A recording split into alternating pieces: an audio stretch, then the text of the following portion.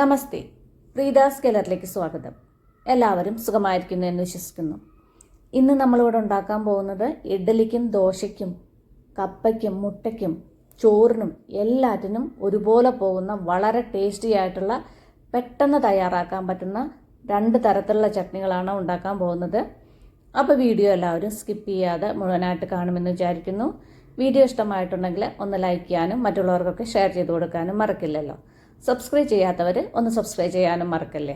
എന്നാൽ നമുക്ക് സമയൊട്ടും കളയാതെ എത്രയും പെട്ടെന്ന് തന്നെ ഈ 2 തരത്തിലുള്ള ചട്നികളും എങ്ങനെ ഉണ്ടാക്കുന്നത് എന്ന് നോക്കാം. നമ്മളുടെ ആദ്യത്തെ ചട്നി ഉണ്ടാക്കാൻ വേണ്ടിയിട്ട് കുറച്ച് സാധനങ്ങൾ ഇവിടെ ഞാൻ എടുത്തു വെച്ചിട്ടുണ്ട്. ചെറിയൊരു സവാള തൊലിയൊക്കെ കളഞ്ഞ് കഴുകിയതിന് ശേഷം ഒന്ന് ചെറുതാക്കിയിട്ടൊന്ന് കട്ട് ചെയ്തെടുത്തിട്ടുണ്ട്. ഇതേപോലെ ഒന്ന് ചെറുതാക്കിയിട്ടൊന്ന് കട്ട് ചെയ്തെടുക്കുക. പിന്നെ കുറച്ച് ചെറിയ ഉള്ളിയും തൊലിയൊക്കെ കളഞ്ഞ് കഴുകി എടുത്തിട്ടുണ്ട്. വലിയ ചെറിയ ഉള്ളിയൊക്കെ ഒന്ന് 2ആക്കിയിട്ട് കട്ട് ചെയ്തെടുത്തിട്ടുണ്ട്. ഇനിയിപ്പോൾ നിങ്ങളുടെ കയ്യിൽ കൂടുതൽ ചെറിയ ഉള്ളി ഉണ്ടെങ്കിൽ കൂടുതൽ ചെറിയ ഉള്ളി എടുത്തോളൂ, സവാള കുറച്ചെടുത്താൽ മതി. അപ്പോൾ നമ്മുടെ ചട്നിക്ക് ഒന്നുകൂടി ടേസ്റ്റ് കൂടുകയുള്ളൂ. ഒരു 8-10 പച്ചമുളക് കൊടുത്തിട്ടുണ്ട്. ഇത് കുറച്ച് ചൊടിയുള്ള ചട്നിയാണ്, അപ്പോൾ മുളക് കുറച്ച് കൂടുതൽ എടുക്കണം. ഇനി പിന്നെ നിങ്ങളുടെ എരിവിനനുസരിച്ചിട്ട് എത്ര വേണ്ടെങ്കിൽ അതിനനുസരിച്ചിട്ടുള്ള പച്ചമുളക് എടുത്തോളൂ. പിന്നെ കുറച്ചധികം മല്ലിയിലയും കഴുകിയതിന് ശേഷം ഒന്ന് ചെറുതാക്കിയിട്ടൊന്ന് കട്ട് ചെയ്തെടുത്തിട്ടുണ്ട്. ഇതേപോലെ ഒന്ന് കട്ട് ചെയ്തെടുക്കുക, അരച്ചെടുക്കാൻ സൗകര്യത്തിന് വേണ്ടിയിട്ട്.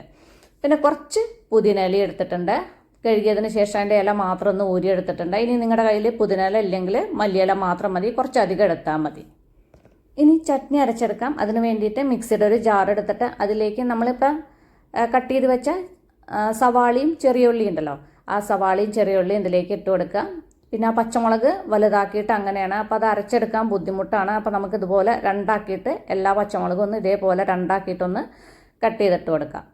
പിന്നെ നമ്മൾ എടുത്ത് വെച്ച മല്ലിയിലയും പുതിനയിലയും ഉണ്ടല്ലോ, അത് 2ഉം ഇതിലേക്ക് ഇട്ട് കൊടുക്കുക. ഇട്ടതിന് ശേഷം വെള്ളമൊന്നും ഒഴിച്ചു കൊടുക്കണ്ട, ഇതൊന്ന് ചതച്ചെടുക്കുക. ഉള്ളിയൊക്കെ ഉണ്ടാവുകൊണ്ട് ചതഞ്ഞ് കിട്ടും. വെള്ളമൊന്നും ഒഴിക്കാതെ ചെറുതായിട്ടൊന്ന് ചതച്ചെടുക്കുക. ഇതാ കണ്ടില്ലേ, ഇതേപോലെ ഒന്ന് ചതച്ചെടുക്കുക. ഒരുപാട് അരഞ്ഞു കിട്ടരുത്, അരഞ്ഞു കഴിഞ്ഞാൽ നമ്മുടെ ചട്നിക്ക് ടേസ്റ്റ് കുറയേ ഉള്ളൂ. അപ്പോൾ ഇതുപോലെ ചതച്ചെടുക്കാനേ പാടുള്ളൂ. ഇനി നമുക്കിതൊരു ബൗളിലേക്ക് മാറ്റാം. ഇപ്പോൾ ആ മിക്സിയുടെ ജാറിലെ ചട്നി മുഴുക്ക നമ്മളൊരു ബൗളിലേക്ക് മാറ്റിയിട്ടുണ്ട്. ഇനി ഇതിലേക്ക് ആവശ്യത്തിനുള്ള ഉപ്പ് കൂടി ഇട്ട് കൊടുക്കുക. പിന്നെ ഇതിലേക്ക് ഒരു 2 ടേബിൾ സ്പൂൺ വെളിച്ചെണ്ണയും കൂടി ഒഴിച്ചു കൊടുക്കുക. ഈ വെളിച്ചെണ്ണയിൽ കുറച്ച് ഒരു 2-3 ഡ്രോപ്പ് പച്ചവെള്ളം ഇതിലേക്ക് ഒഴിച്ചു കൊടുക്കുക. ഒഴിച്ചതിന് ശേഷം ഈ വെളിച്ചെണ്ണ ചട്നിയിലേക്ക് ഒഴിക്കുക. എന്തിനാണെന്ന് വിചാരിച്ചാൽ ഇതുപോലെ ഒഴിച്ചു കഴിഞ്ഞാൽ നമ്മുടെ വെളിച്ചെണ്ണയുടെയൊക്കെ നല്ല സ്മെല്ല് കിട്ടും ചട്നിക്ക്. അതിന് വേണ്ടിയിട്ടാണ് ഇതേപോലെ ഒഴിച്ചു കൊടുക്കുന്നത്. വെളിച്ചെണ്ണയും കൂടി ഒഴിച്ചതിന് ശേഷം നന്നായിട്ടൊന്ന് മിക്സ് ചെയ്തെടുക്കുക. ഇത് കപ്പടിയും ദോശയുടെയും ഇഡ്ഡലിയുടെയും എല്ലാറ്റിൻ്റെയും കൂടെ ഒരു അടിപൊളി കോമ്പിനേഷനാണ് ഈ ചട്നി. അപ്പോൾ നമ്മുടെ ഫസ്റ്റ് ചട്നി ഇവിടെ റെഡി ആയി കഴിഞ്ഞിട്ടുണ്ട്. ഇനി നമുക്ക് നമ്മുടെ അടുത്ത ചട്നി ഉണ്ടാക്കാൻ നോക്കാം. അടുത്ത ചട്നി ഉണ്ടാക്കാൻ വേണ്ടിയിട്ട് കുറച്ച് ചെറിയ ഉള്ളി തൊലിയൊക്കെ കളഞ്ഞ് കഴുകി എടുത്തിട്ടുണ്ട്. ചെറിയ ഉള്ളി തന്നെ വേണം നമ്മുടെ ഈ ചട്നി ഉണ്ടാക്കാൻ വേണ്ടിയിട്ട്. 2 ചെറിയ വെളുത്തുള്ളി അല്ലിയും ഒരു നല്ല പഴുത്തൊരു തക്കാളിയും. പിന്നെ കൂടുതൽ ചട്നി ഉണ്ടാക്കണമെങ്കിൽ തക്കാളി കൂടുതൽ എടുത്തോളൂ. 5 വറ്റൽമുളകും ഇതിൽ കുറച്ച് ചുടുവെള്ളത്തിലിട്ട് കുതിർത്ത് വെച്ചിട്ടുണ്ട്. 3 എരിവുള്ളതും 2 കാശ്മീരി ചില്ലിയാണ് എടുത്തിട്ടുള്ളത്, ഒരു കളറിനൊക്കെ വേണ്ടിയിട്ട്.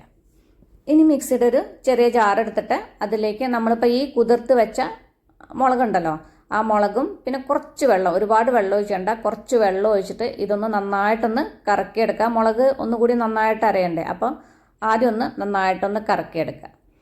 ഇപ്പം ഞാനിതാ കറക്കിയെടുത്ത് കൊടുത്തിട്ടുണ്ട്. ഇതേപോലെ ഒന്ന് കറക്കിയെടുക്കുക. ഇനി ഇതിലേക്ക് നമ്മളിപ്പോൾ ഈ എടുത്ത് വെച്ച ചെറിയ ഉള്ളിയും വെളുത്തുള്ളിയും ആ തക്കാളി ഒന്ന് ഞാൻ ചെറുതാക്കിയിട്ട് കട്ട് ചെയ്തെടുത്തിട്ടുണ്ട്. ഈ തക്കാളിയും കൂടി ഇതിലേക്ക് ഇട്ട് കൊടുക്കുക. ഇട്ടതിന് ശേഷം ഒന്ന് നന്നായിട്ടൊന്ന് അരച്ചെടുക്കുക.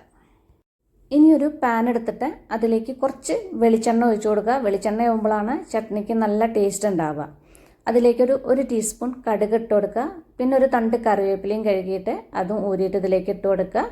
കടുകൊക്കെ പൊട്ടി വരുമ്പോൾ ഇതിലേക്ക് കുറച്ച് കായപ്പൊടി, ഒരു 2 പിഞ്ച് കായപ്പൊടി ഒന്ന് തൂവി കൊടുക്കുക. കായപ്പൊടി ഇട്ടതിന് ശേഷം ഒന്ന് മിക്സ് ചെയ്യുക. മിക്സ് ചെയ്തതിന് ശേഷം നമ്മളിപ്പോൾ ഈ അരച്ച് വെച്ച ചമ്മന്തി ഉണ്ടല്ലോ, അത് ഇതിലേക്ക് മുഴുവനായിട്ട് ഇതിലേക്ക് ഇട്ട് കൊടുക്കുക.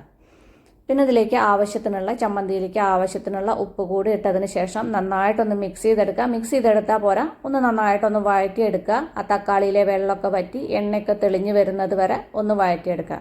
എണ്ണയൊക്കെ തെളിഞ്ഞ് വരുമ്പോഴേക്കും നമ്മുടെ തക്കാളി നല്ലോണം വെന്തിട്ടുണ്ടാവും. ആ ഉള്ളിയുടെയൊക്കെ പച്ചച്ചോവയൊക്കെ നന്നായിട്ട് വിട്ടിട്ടുണ്ടാവും. ഇപ്പോൾ തക്കാളിയിലെ വെള്ളമൊക്കെ വറ്റി എണ്ണയൊക്കെ നന്നായിട്ട് തെളിഞ്ഞ് വന്നിട്ടുണ്ട്. ഇത്രയ്ക്ക് ആയാൽ മതി. ഇനി നമുക്ക് സ്റ്റവ് ഓഫ് ചെയ്തിട്ട് ഇത് വേറൊരു ബൗളിലേക്ക് മാറ്റാം. ബൗളിലേക്ക് മാറ്റിയതിന് ശേഷം മീതെ 1 ടേബിൾ സ്പൂൺ വെളിച്ചെണ്ണയും കൂടി ഒന്ന് തൂവി കൊടുക്കാം. അപ്പോൾ വളരെ എളുപ്പത്തിൽ ഉണ്ടാക്കാൻ പറ്റുന്നതാണ് 2 തരത്തിലുള്ള ചട്നികളും. രണ്ടും എല്ലാവരും ഒന്ന് ഉണ്ടാക്കിയതിന് ശേഷം ഫീഡ്ബാക്കൊക്കെ എന്നെ അറിയിക്കാൻ മറക്കല്ലേ. അപ്പോൾ നമുക്കിനി അടിപൊളി പുതിയ റെസിപ്പിയുമായി കാണാം. നന്ദി, നമസ്കാരം.